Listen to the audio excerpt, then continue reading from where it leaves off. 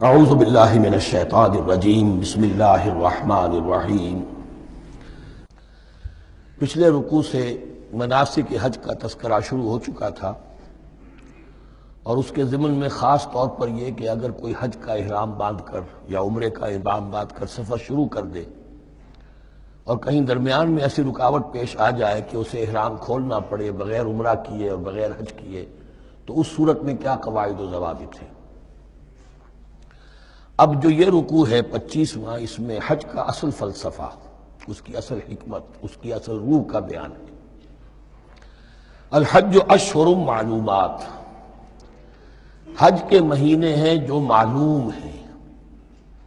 یعنی جو بھی پہلے سے عرب میں رواج چلا آ رہا تھا اس کی توثیق ہو گئی کہ واقعتاً یہ اللہ تعالیٰ ہی کی طرف سے۔ تو حج کے کا جہاں تک ٹائمنگ کا تعلق ہے، مواقیت کا تعلق ہے، وہ گویا کہ اللہ تعالیٰ کی طرف سے توثیق فرما دی گئی۔ فمن فرض فیہن الحج، تو جو کوئی بھی اپنے اوپر لازم کر لے ان مہینوں میں حج کو، لازم کر لے سے مراد نیت پختہ کر لے، اور نیت پختہ کرنے کی علامت احرام باندھ لے۔ فمن فرض فیہن الحج، تو حج کے لیے جو اپنے اوپر لازم کر لے، فلا رفث ولا فسوق ولا جدال فی الحج، تو احرام کی حالت میں یہاں لفظ حج آیا ہے، ان میں سے پہلی قید جو ہے فلا رفث، تو کوئی شہوت کی بات نہیں ہونی چاہیے۔ میاں بیوی بھی ساتھ حج کر رہے ہیں تو احرام کی حالت میں وہی قید ہے کہ جو اعتکاف کی حالت میں ہے۔ باقی یہ کہ فسوق اور جدال، اللہ کی نافرمانی یا باہم جھگڑنا، اس لیے کہ بہت بڑی تعداد میں لوگوں کا اجتماع ہوتا ہے، سفر میں بھی لوگ ساتھ ہوتے ہیں، تو لوگوں کے غصوں کے پارے جلدی چڑھ جاتے ہیں۔ اس میں خاص طور پر روکا گیا کہ یہ ہے کہ اس میں امن ہو اور سکون ہو۔ اور آج بھی واقعہ یہ ہے کہ دنیا میں معجزات میں سے ہے یہ، اتنی بڑی تعداد میں لوگوں کا جمع ہونا، اور وہاں امن رہتا ہے، وہاں وہ جنگ و جدال اور جھگڑا اور فساد وغیرہ قطع نظر نہیں آتا۔ یا تو یہ کہ پچھلے دنوں میں کچھ سیاسی اعتبار سے کوئی مہمیں اٹھائی گئی ہیں، یا یہ کہ کچھ چور اچکوں نے بھی جانا شروع کر دیا ہے وہاں پر، لیکن جھگڑا اور جو گالم گلوچ کی نوبت ہم نے اپنے آنکھوں سے نہیں دیکھی۔ پچھلے 5-6 مرتبہ حج کی سعادت حاصل ہوئی ہے۔ فلا رفث ولا فسوق ولا جدال فی الحج وما تفعلوا من خیر یعلمہ اللہ، اور جو خیر بھی تم اس کے دوران کرو گے اللہ کے وہ علم میں ہوگا۔ نوافل پڑھ رہے ہو، اضافی طواف کر رہے ہو، کوئی اور بھی جو کام کر رہے ہو، تو اس میں کسی اور کو دکھانے کی ضرورت نہیں ہے۔ اپنے خاموشی کے ساتھ انسان وہ اپنی جو بھی نیکی مزید کما سکے کمائے، جو بھی مناسک حج ہیں ان پر مستضاد۔ وَتَزَوَّدُوا فَإِنَّ خَيْرَ الزَّادِ التَّقْوَىٰ، اور سفر کے لیے زاد راہ ساتھ لے لیا کرو، اور بہترین زاد راہ تقویٰ ہے۔ اب اس آیت کے دو معنی لیے گئے ہیں، ایک تو یہ کہ بہترین زاد راہ تقویٰ ہے، یعنی سفر میں آپ نے زاد راہ خرچ کی شکل میں تو لے لیا، تقویٰ ہے نہیں، پھر کیا ہوگا؟ وہ تو صرف پیسہ خرچ کرنے کے لیے اچھا احرام لے لیں گے، اچھی جگہ لے لیں گے قیام کی، تو تقویٰ اگر نہیں ہے تو وہ حج تو حج ہی نہیں ہوگا۔ لیکن اس کا ایک دوسرا مفہوم جو ہے وہ بھی بہت اہم ہے کہ اگر انسان خود اپنا زاد راہ ساتھ نہ لے تو پھر وہاں مانگنا پڑتا ہے۔ تو تقویٰ سے مراد یہاں ہے سوال سے بچنا۔ بہتر یہ ہے کہ زاد راہ لے کر چلو، اور یہ کہ اس کے لیے تمہیں کسی کے سامنے سائل نہ بننا پڑے۔ اگر تم صاحب استطاعت نہیں ہو تو حج تم پر فرض ہی نہیں ہے۔ خام خواہ کو ایک شے جو تم پر فرض نہیں ہے اس کے لیے وہاں جا کر بھیک مانگنا، یا یہاں سے بھیک مانگ کر یا چندہ لے کر جانا، یہ تو قطعاً غلط حرکت ہے۔ وَتَزَوَّدُوا فَإِنَّ خَيْرَ الزَّادِ التَّقْوَىٰ وَاتَّقُونِ يَا أُولِي الْأَلْبَابِ، اور یقیناً میرا ہی تقویٰ کرو، مجھ سے ڈرو اے ہوش مندو۔ لَيْسَ عَلَيْكُمْ جُنَاحٌ أَن تَبْتَغُوا فَضْلًا مِّن رَّبِّكُمْ، اس میں تم پر کوئی حرج نہیں ہے، کوئی گناہ نہیں ہے کہ تم حج کے سفر کے دوران اپنے رب کا فضل بھی تلاش کرو۔ آدمی ہندوستان سے پاکستان سے جا رہا ہے، اسے ایسی اجناس لے جائے تجارت کے لیے جو وہاں پر بیچ کر کچھ نفع حاصل کر لے، تو یہ تقویٰ کے منافی نہیں ہے۔ اگر وہاں پر کوئی کاروبار کر سکو کرو۔ فَإِذَا أَفَضْتُم مِّنْ عَرَفَاتٍ، تو پھر جب تم عرفات سے واپس لوٹو، اس لیے کہ اصل حج جو ہے وہ عرفہ ہے،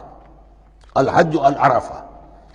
حج کے بقیہ تمام مناسک رہ جائیں، صرف عرفہ میں شمولیت ہو جائے، قیام عرفہ میں، تو حج ہو گیا۔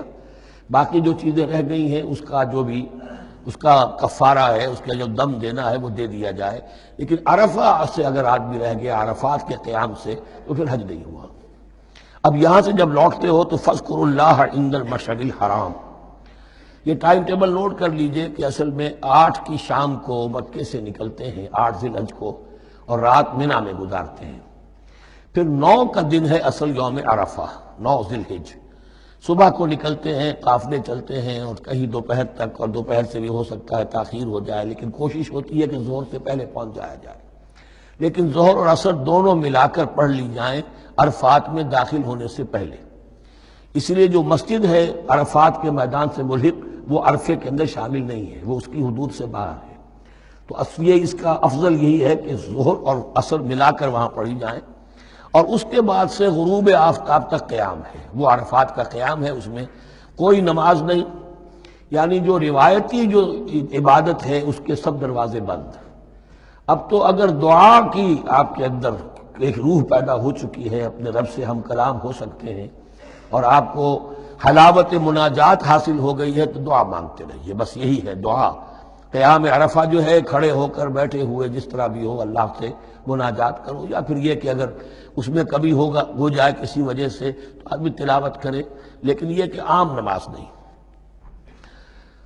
فَإِذَا أَفَضْتُم مِّنْ عَرَفَاتٍ فاذكروا اللَّهَ عِندَ المشعر الحرام، یہ مزدلفہ کا قیام ہے، 9 کی شام کو مغرب کی نماز کا وقت ہو چکنے کے بعد وہاں سے روانگی ہے، لیکن وہاں مغرب کی نماز پڑھنے کی اجازت نہیں ہے۔ اب جاؤ اور مغرب اور عشاء دونوں جمع کرو اس میں مشعر حرام یعنی مزدلفہ میں۔ وَاذْكُرُوهُ كَمَا هَدَاكُمْ، اور یاد کرو اسے، ذکر کرو جیسے کہ تمہیں اس نے ہدایت دی ہے۔ اس سے مراد ہے کہ جو کچھ اللہ کے رسول نے تمہیں سکھایا ہے، ذکر کے جو طور طریقے ہیں، اس کے لیے جو بھی طریقے ہیں وہ اللہ نے ہدایت دی اپنے رسول کے ذریعے۔ وَإِن كُنتُم مِّن قَبْلِهِ لَمِنَ الضَّالِّينَ، اور یقیناً اس سے پہلے تو تم گمراہ لوگوں میں سے تھے، تمہیں معلوم نہیں تھا، حج کی شکل باقی رہ گئی تھی، اس کی روح ختم ہو گئی تھی، اس کے مناسک میں بھی تم نے رد و بدل کر دیا تھا، وہ آگے آ رہا ہے۔ ثم افیضوا من حیث افاض الناس، پھر پلٹو وہیں سے جہاں سے کہ سب لوگ پلٹتے ہیں۔ قریش نے یہ کہا تھا کہ ہماری خاص حیثیت ہے کہ ہم تو منی ہی میں مقیم رہیں گے، باہر سے آنے والے لوگ عرفات جائیں اور عرفات سے پھر واپس لوٹیں، یہ سارے مناسک ہمارے لیے نہیں ہیں، ہم تو مکے والے ہیں، اور ہماری شان یہ ہے کہ ہم عرفات نہیں جائیں گے، منی ہی میں قیام رہے گا۔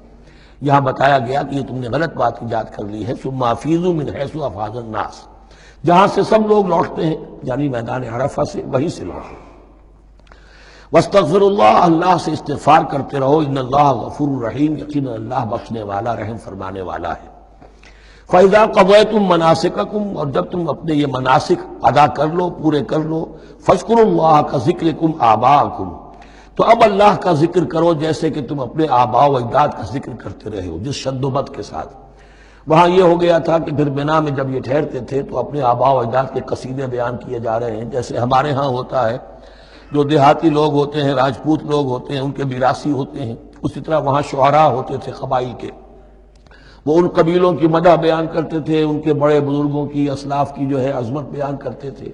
اللہ کا ذکر ختم ہو چکا تھا، فرمایا جس شد و مد کے ساتھ تم اپنے آباء و اجداد کا ذکر کرتے رہے، اب اسی شد و مد کے ساتھ، بلکہ او اشد ذکرہ، بلکہ اس سے بھی زیادہ شد و مد کے ساتھ اب اللہ کا ذکر کرو۔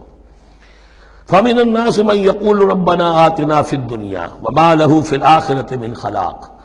لوگوں میں سے وہ بھی ہیں جو یہی کہتے رہتے ہیں رب ہمیں دے دے دنیا ہی میں، ایسے لوگوں کے لیے آخرت میں کوئی حصہ نہیں ہے،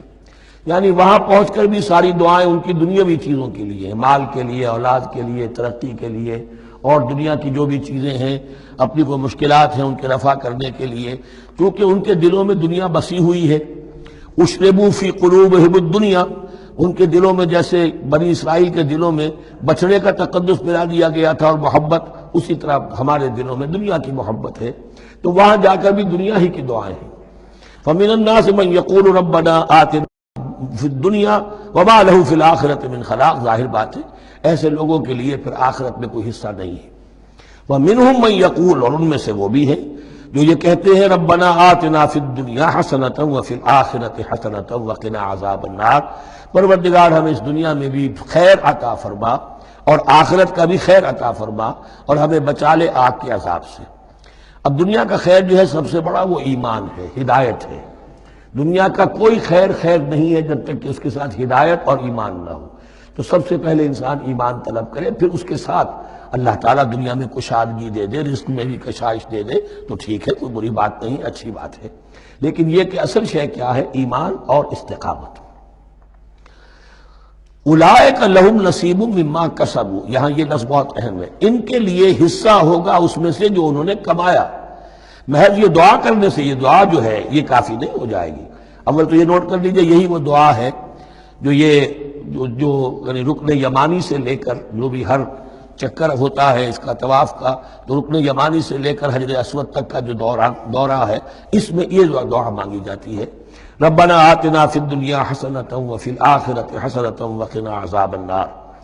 اولئک لہم نصیب مما کسبوا، ان کے لیے حصہ ہے اس میں سے جو انہوں نے کمایا۔ اچھا، اس میں سے جو انہوں نے کمایا، اس میں سے کہ وہ تو سارا ملنا چاہیے،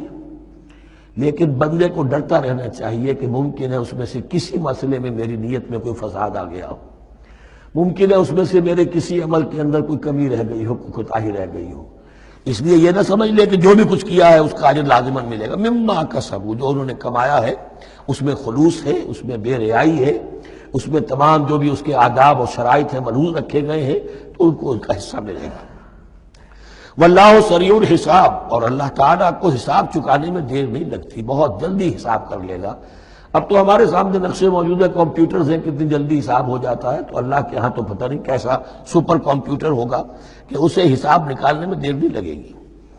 وَاذْكُرُوا اللَّهَ فِي أَيَّامٍ مَّعْدُودَاتٍ، اور ذکر کرو اللہ کا گنتی کے چند دنوں میں۔ یہ لفظ یہاں پر پھر آ گیا ہے اس بات کی وضاحت کے لیے جو میں نے عرض کیا تھا کہ ابتدائی جو حکم تھا روزے کا، ایام معدودات، وہ 3 دن کے روزے تھے، اس لیے کہ یہاں بھی معدودات کا لفظ آیا ہے، فی ایام معدودات، اور سب کو معلوم ہے یہ 3 دن ہیں، 11ویں 12ویں 13ویں تاریخ جو ہے ذی الحجہ کی، کہ پھر یوم نحر کے بعد 3 دن یہاں پر قیام ہے، مبیت ہے، پورے 3 دن ہیں ایام معدودات۔ فمن تعجل فی یومین، تو جو کوئی 2 دن ہی میں جلدی سے واپس آ جائے، فلا اثم علیہ، یعنی 3 دن پورے نہیں کرتا، 2 دن ہی میں واپسی اختیار کر لیتا تو کوئی گناہ اس پر نہیں ہے۔ ومن تأخر، اور جو پیچھے رہے یعنی 3 دن کی مقدار پوری کر لے، فلا اثم علیہ لمن اتقی، تو اس پر بھی کوئی گناہ نہیں، لیکن شرط ہے تقوی۔ جو 2 دن میں چلا گیا تقوی تھا تو بھی اللہ تعالیٰ کے ہاں اس کا اجر محفوظ ہے، جو 3 دن رہا تقوی ہے، تیسرے دن اس نے کچھ اور ہی حرکتیں نہ شروع کر دی ہوں، یہ اکتایا ہوا ہے اور طبیعت کے اندر جو ہے وہ ٹھہراؤ نہیں ہے، تو وہ تیسرا دن اس کے لیے کوئی خاص مفید نہیں ثابت ہوگا۔ لیکن یہ کہ اصل شے جو ہے اللہ کے ہاں جو چیز کے شرط لازم ہے قبولیت کے لیے وہ تقوی ہے۔ لمن اتقی واتقوا اللہ واعلموا انکم الیہ تحشرون، اور اللہ کا تقوی اختیار کرو اور یہ مستحضر رکھو اپنے ذہن میں کہ تمہیں اسی کی جانب جمع کر دیا جائے گا، تم سب کے سب ہانک کر لے جاؤ گے اسی کی جناب میں۔ صدق اللہ العظیم۔